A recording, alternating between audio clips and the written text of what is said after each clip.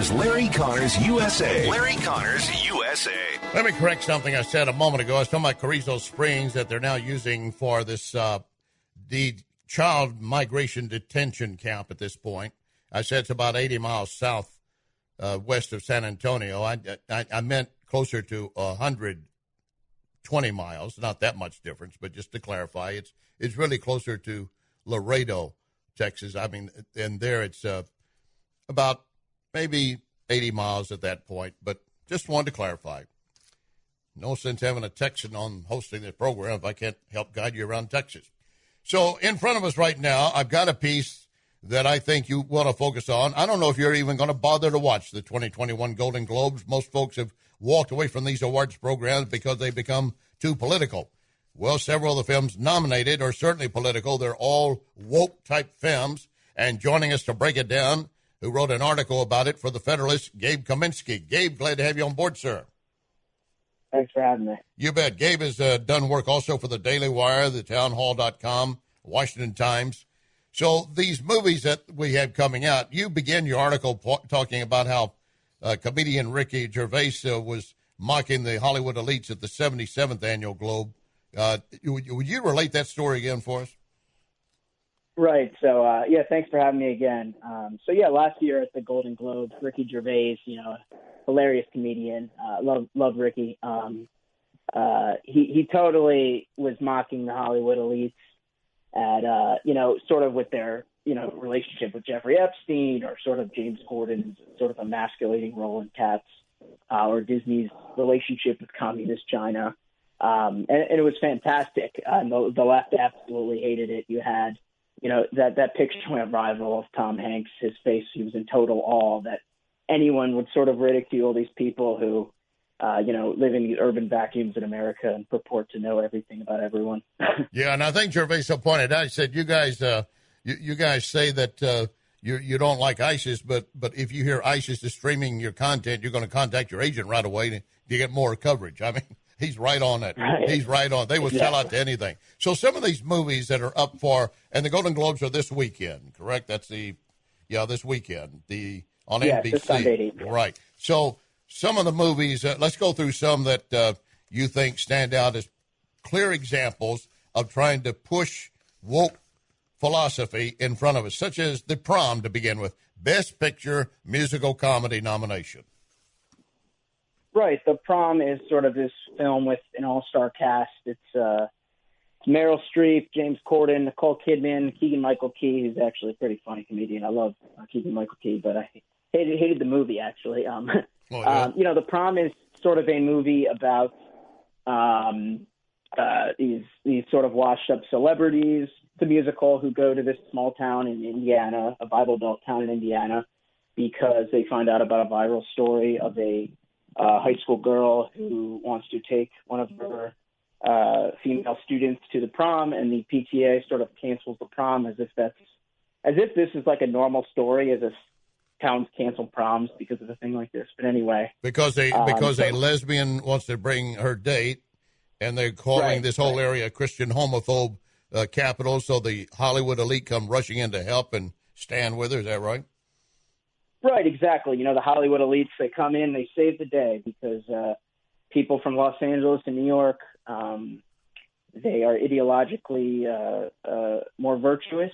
This narrative, but more importantly, the narrative is that sort of all people from small town America, or just not obviously these sort of elite cities, are all sort of homophobes, they're all racist, awful people, and it's a detrimental narrative to American culture at a time when we're very divided. Yeah, and it doesn't help bring us together, does it? That's the other key. I mean, if they say we're already culturally polarized, this supposedly isn't going to do anything to increase that. Would you say? I mean, you see it actually building bridges or burning more down? Well, of course, it's burning bridges.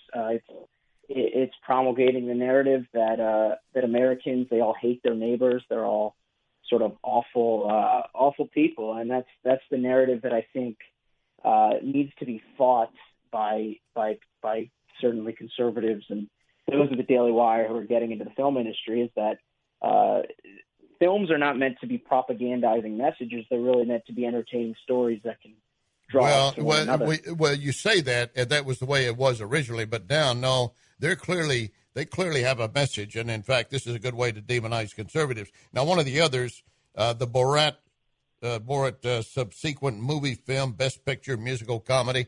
I think I started watching a little bit of that, and he's supposedly coming to the U.S. He wants to get a gift to Vice President Pence or something, and it's basically, as you point out, dealing with, quote, Trump derangement syndrome. Yeah, exactly. Borat, out of this bunch of movies, is the most sort of obviously a propaganda film. I mean, literally the end of the movie ends with an endorsement to vote in the 2020 election. And anytime anyone saw a commercial in the past year and it says get out there and vote, it's pretty clear who they're telling you to vote for. Right. But aside from that, yeah, the whole movie, it's sort of Borat going to America, sort of making fun of all the sort of awful Americans, particularly Republicans. There's there's obviously that scene that they got footage of Rudy Giuliani in a hotel room, actually, in the movie. And one of the actresses posed as a journalist, and it's real footage. It's pretty pathetic, and it's just not what a movie, I think, should be. Well, of course, the movie producers and directors can do what they want, but the thing that gets me is that Hollywood continues to put it out and then push it. And I think I watched some of the beginning and thought, this is absolute nonsense, much less propaganda, and I just walked away. I think one of your co-writers at the Federalist said that that Cohen even admitted that the film functioned, quote, in order to inspire people to vote, remind people of the immorality of the government prior to the election. So they had an underscored agenda, obviously. Another one of the ones, Best Motion Picture Drama, is Promising Young Woman. Now, this one is, again, taking every man in the U.S. and making us appear to be rapists. Yeah, that's absolutely right. A Promising Young Woman. It's about sort of this woman this dropout medical student who's sort of, enacting revenge on all men because of her friend from medic school who was gang raped when they were in college. So she sort of goes to clubs every night and poses as, highly intoxicated and drunk.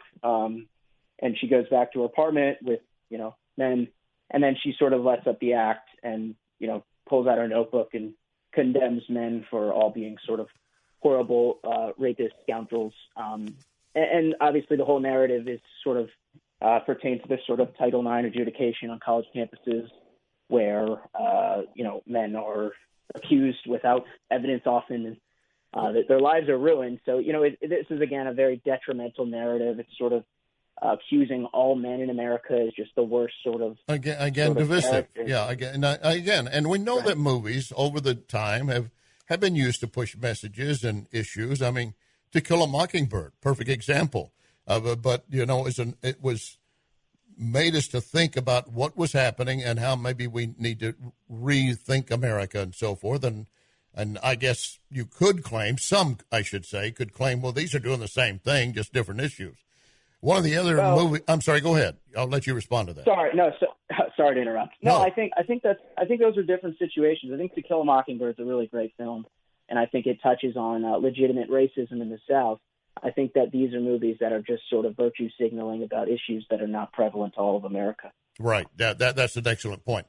The other movie that you mentioned, and I did watch all of this, and I'll have to admit, I found it engaging. Of course, I don't buy all the storyline, but The Trial of the Chicago 7, nominated for Best Motion Picture Drama, all based upon the Chicago 7, the rioting that took place after the 68 Democrat National Convention. You've got Abby Hoffman portrayed by Sacha Baron Cohen again, and Bobby Seale, the Black Panther Party, characterized as a hero. That's where I began to have problems with it, but it's based somewhat loosely in history, and does it have any redeeming qualities or not? Yeah, so as I noted in my piece, The Trial of the Chicago 7, I certainly think is the best entertainment-wise out of these movies, and I think that is due to the fact that Aaron Sorkin is just he's been in the industry for a long time, and he's got a great record. I mean, he made, some really, really fantastic films through the years: Moneyball, The Social Network, Molly's Game, The American President with Michael Douglas. So, I think it's not like the worst movie in the world. But however, from a messaging perspective, the movie is all about how the leftists rioting at the Democratic National Convention in the 60s, and sort of the counterculture, we're all sort of the heroes, and it sort of paints all cops as pigs. Yeah, and that was that sort of entire. That was really where it went. It was mainly to attack police overall, right? Correct. Based on that case. Listen, I want to thank you very much for taking time to join us today, Gabe. And I will tell you, I'll be honest, I have no intention of watching the Golden Globes this Sunday. I've got more important things to do. I think I'm going to change the oil in my car or something. I don't know. I appreciate me too. Thanks for having me. Thanks, Gabe. Gabe Kaminsky. His article appears in the Federalist if you want to read it in full. Speaking about movies and how they are affected and used, Communist China has a throat hold on Hollywood. Stand by.